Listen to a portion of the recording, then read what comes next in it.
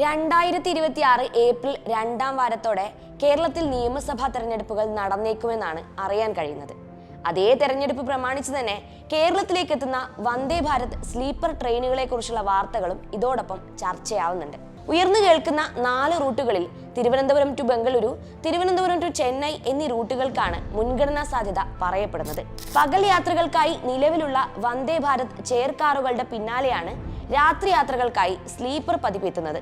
മണിക്കൂറിൽ 180 കിലോമീറ്റർ വരെ വേഗത, കവച് പോലുള്ള അത്യാധുനിക സുരക്ഷാ സംവിധാനങ്ങൾ, 16 കോച്ചുകളിലായി 823 ബർത്തുകൾ, സെൻസർ ലൈറ്റുകൾ, മികച്ച ശുചിമുറികൾ, കുലുക്കമില്ലാത്ത യാത്ര എന്നിങ്ങനെയുള്ള വിവിധ ഓഫറുകളുമായി എത്തുന്ന വന്ദേ ഭാരതിനെ രാഷ്ട്രീയ നിരീക്ഷകർ പക്ഷേ നോക്കിക്കാണുന്നത് കേരള നിയമസഭാ തെരഞ്ഞെടുപ്പ് മുന്നിൽ കണ്ടുകൊണ്ടുള്ള നീക്കങ്ങളായിട്ടാണ്. കേന്ദ്ര സർക്കാർ കേരളത്തിന് നൽകുന്ന പരിഗണനയുടെ തെളിവായാണ് BJP വന്ദേ ഭാരതിനെ ഉയർത്തിക്കാട്ടുന്നത്.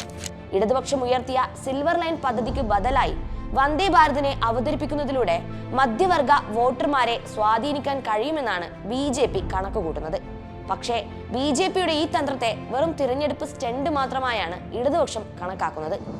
ഏതായാലും വരാനിരിക്കുന്ന നിയമസഭാ തെരഞ്ഞെടുപ്പിൽ വന്ദേ ഭാരത് സ്ലീപ്പർ കേവലം ഒരു യാത്രാമാർഗം മാത്രമല്ല, മുന്നണികളുടെ വികസനവാദങ്ങൾ മാറ്റിവെക്കുന്ന ഒരു പ്രധാന രാഷ്ട്രീയ ആയുധം കൂടിയാവുമെന്ന കാര്യത്തിൽ സംശയമില്ല.